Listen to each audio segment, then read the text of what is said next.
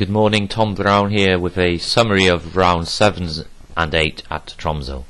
First up, let's start off with the men's team. Round 7 and 8 has resulted in 2 wins for Wales, that's fantastic. Round 7 was a relatively straightforward win against Brunei, with 3 wins on our top boards, and David Jameson drawing on board 4.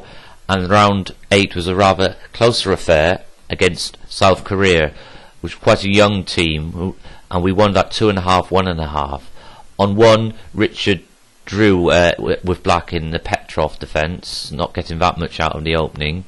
And on boards 2 and 3, after very close games, we managed to win those games with some very good play there from Tim and David. David in particular, his first win for Wales. It's a very good record, David, only failing to score in one of his games, so that's fantastic. And Tim, nice win, ground down his opponent in the end.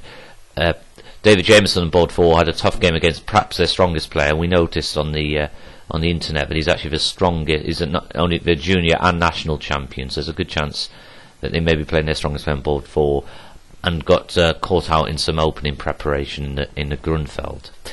Okay.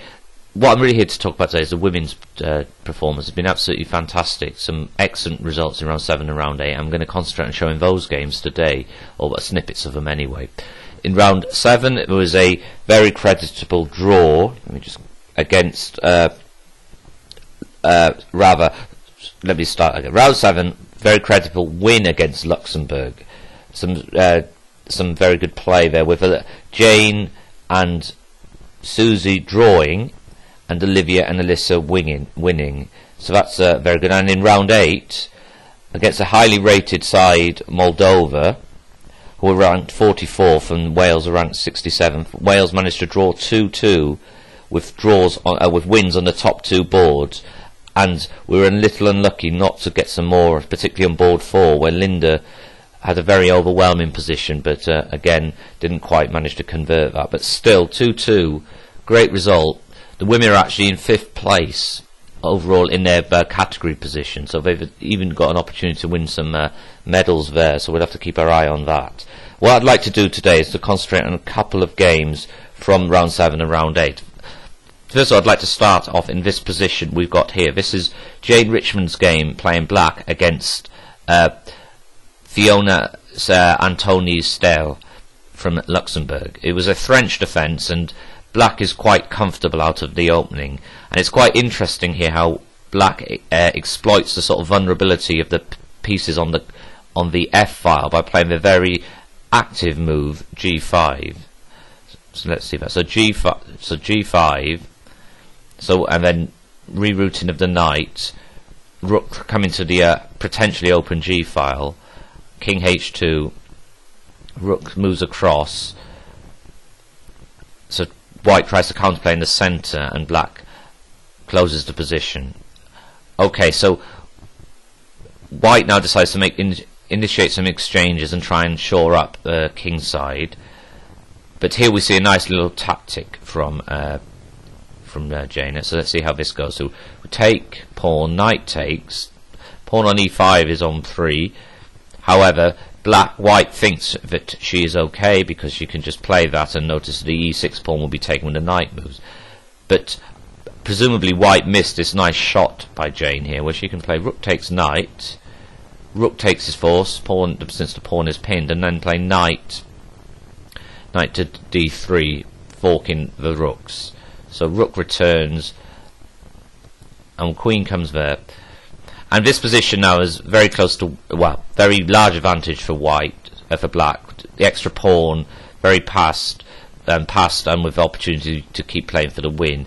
But unfortunately, Jane's opponent's quite resourceful here and finds a little trick that manages to draw the position. So by playing Rook d1, and Jane's mistake here is to play Queen d4. If e5 is played, then with the idea of then supporting the pawn next move of e4, excellent winning chances. However, after Queen d4, Queen f3, Jane thought she was fine by just defending the pawn, but unfortunately her opponent spotted this clever perpetual trick by sacrificing the rook here, and unfortunately the king cannot escape. So this is agreed drawn here. So it's a pity there, because that was one that went away really in some respects. But again, Jane's on very good form, and a good solid draw, better of a draw there. I'd like to now move on to round 8, which was Wales's win against. Let me just find the game here. I'll just take my time. Let me find it here. So this is Wales's win against Moldova. This we could balls 1 and 2 or 1. Jane actually beat a player ranked 2300 on board 1. A very smooth game, very nice wins. You know, looked like she had a very good position from the opening and played quite a clever 9 against her opponent's winner worth French. But the game I'd like to actually show for this very exciting game is Olivia's victory over Sventla Petronka of Moldova, rated 2205. So Olivia playing black reacts classically to e4. So we get a 4 knights, bishop c4, more of an unusual sideline. This allows this knight takes e4, knight takes e4, and winning the piece back with d5. Bishop d3, so win the piece back. Bishop needs to protect the pawn since bishop takes knight was a threat. c3, c3 was played. There's other moves here, but castles, and f5. So this, I mean, to me, optically, this looks quite good for black. I'd quite like to be black here. I see that the pawns look some space, and it looks pretty safe.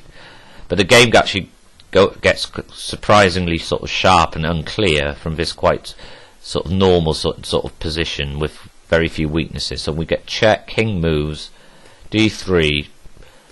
So queen just developing. Queen comes to g6. I'm not sure if knight g5 was so good. It doesn't seem to be threatening that much. So queen perhaps coming across to the king side via a4 to h4. Knight attacked, and here we see that protects the knight. Well, bishop h3, queen moves back. So just normal developing, and black is doing very well here, despite the much worse pawn structure. 2 bishops, open files, big weaknesses around the king. Notice that there's an unopposed light squared bishop, so white's always got to be wary of the bishop and queen coordinating with mating threats, and indeed we see some of these themes later in the game. So queen comes to the centre, c5, and defending the pawn, b4, bishop f3. Here Olivia correctly assesses that she is fine to sacrifice the pawn and to continue with the attack. So the pawn on c5 is taken, and the bishop has a nice square on e5. So rook comes to defend the pawn, doubling up rooks, defending against the pressure on f2, so improving the king's position. Queen comes back to defend, and we get c6, stopping white playing c6 in some variations. So again, white is very passive here, not really looking like there's much of a plan. So let's see how Olivia continues with the attack. So tripling on the f file, knight attacks the bishop. Olivia decides to keep the bishops on the board. Again, rook d2 and pushing the pawn. White tries to go active, defends the pawn, not too worried about taking on a7. So since if after something like rook takes a7, a queen takes a7, we would have rook there, maybe queen somewhere, and there's lots and lots of pressure on the king side. So instead we get queen c4 retreating, rook retreats, queen back.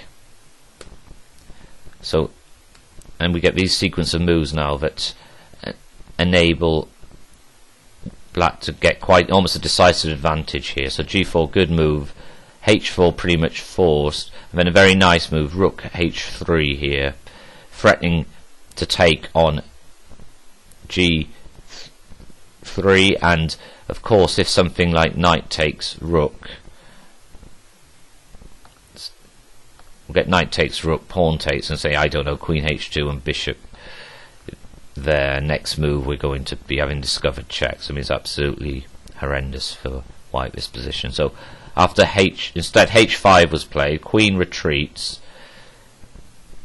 bishop stops, prevents taking on g3, so exchange, and now the pawn that was sacrificed has now been returned, but with interest. So knight c2, again, just queen c7 with threats of coming in, with threats of either taking the pawn or coming in on the f file. Knight comes to defend, and bishop d5, a very strong move with the threat of c3. And indeed, there's no real good way to parry this threat. I mean, for instance, c4 obviously doesn't work because you can just play e3 anyway, with the attacking on the queen and the rook.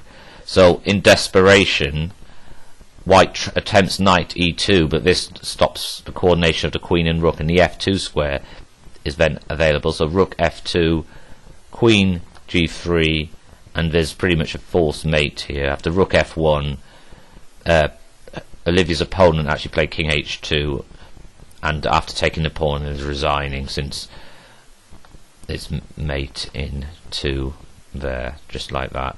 Alternatively, instead of king h2, takes rook, apologies, let's go back here to, instead of king h2, rook takes rook, we can play queen takes, king there forced, and rook there will also be mate after, say, queen there and queen there. So a superb game from Olivia and from the team to draw against one of the higher ranked teams in the tournament. That puts them in a very strong position going into the 9th round today.